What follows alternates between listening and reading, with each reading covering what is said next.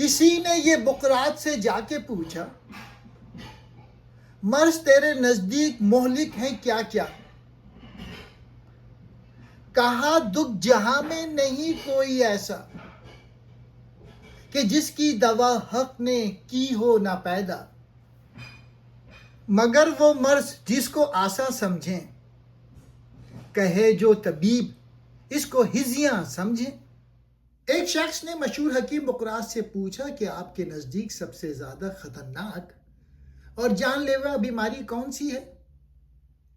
بقراط نے جواب دیا کہ دنیا میں کوئی بیماری ایسی نہیں جس کا علاج اللہ تعالیٰ نے پیدا نہ کیا ہو۔ ہر جسمانی، ذہنی اور اخلاقی بیماری کا کوئی نہ کوئی علاج ضرور موجود ہے، لیکن سب سے خطرناک بیماری وہ ہے جسے مریض بیماری ہی نہ سمجھے۔ جب کوئی سمجھدار طبیب اسے اس کی بیماری سے آگاہ کرے تو وہ اس کی بات کو سنجیدگی سے قبول کرنے کے بجائے اسے بے معنی اور فضول بات قرار دے۔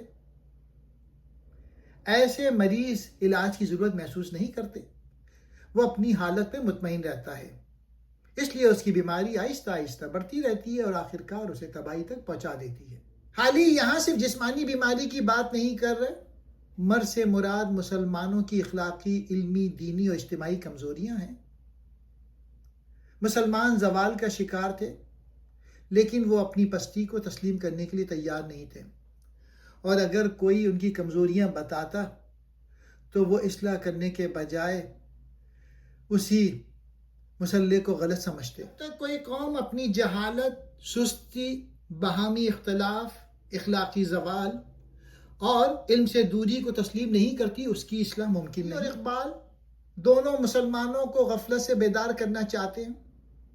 حالی قوم کو اس کی بیماری کا احساس دلاتے ہیں، جبکہ اقبال اسے خودی، عمل، علم، عشق اور جدوجہد کے ذریعے دوبارہ اٹھانے کا راستہ دکھاتے ہیں۔